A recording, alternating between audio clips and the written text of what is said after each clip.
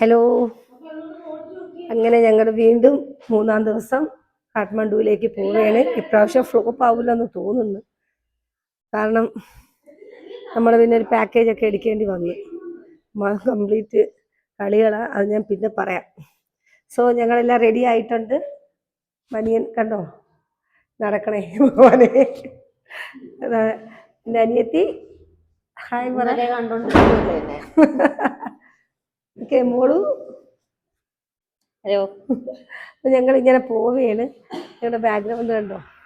ഇതായിരുന്നു ഹോട്ടൽ.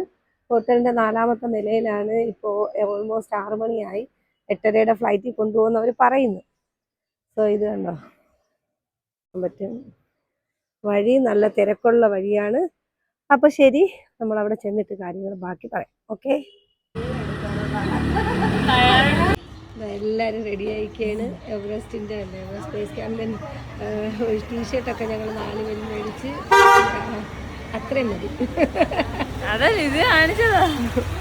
അത് അടുത്താണ് വീഡിയോ റെഡിയാക്കിക്കൊണ്ട് ഞങ്ങളുടെ നല്ല അടിപൊളി ഫുഡ് ഉണ്ടാക്കി തന്നൊരു ചേച്ചിയാണ്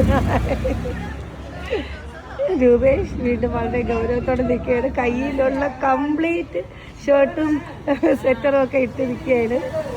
കുട്ടികൾ പോകുന്നു.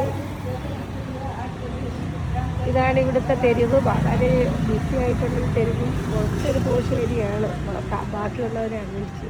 കാരണം ടൂറിസ്റ്റ് ഏരിയ ആയതുകൊണ്ട് എല്ലാവരും വണ്ടികളൊക്കെ പോകുന്ന ആൾക്കാരെല്ലാം രാവിലെ ചെക്കിൻ ചെയ്യാനായിട്ടൊക്കെ പോവുകയായിരിക്കും.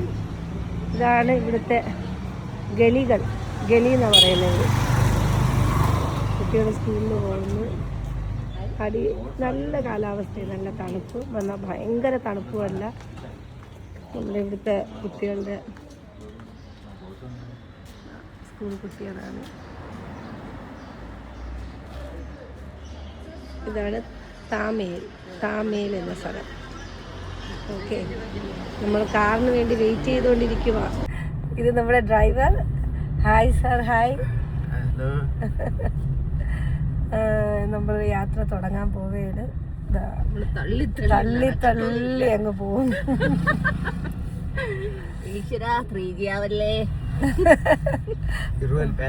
ആ മനുവേ, ഇത് ഇവിടുത്തെ റോയൽ പാലസാണ്. രാജകൊട്ടാരോ ഇപ്പൊ രാജകൊട്ടാരോ അല്ല, ഇപ്പൊ ഇത് മ്യൂസിയം ആയി മാറിയിട്ടുണ്ട്. സൂര്യനൊക്കെ ഇങ്ങനെ ഉദിച്ചു വരുന്നു. നല്ല വ്യൂ ആണ്.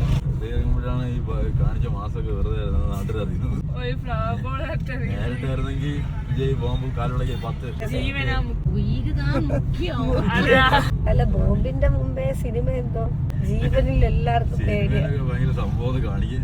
ഒരു ആരാധന വന്നിട്ട് ഫ്ലവർ ബോൾ കാണിക്കായിരുന്നു. വിജയ് ബോംബൊന്നും പോകുന്ന എടുത്തടി കളഞ്ഞിട്ട് ഒറ്റ വിജയ് സൈക്കിൾ ഷോ നടത്തിയില്ല. ബ്ലോ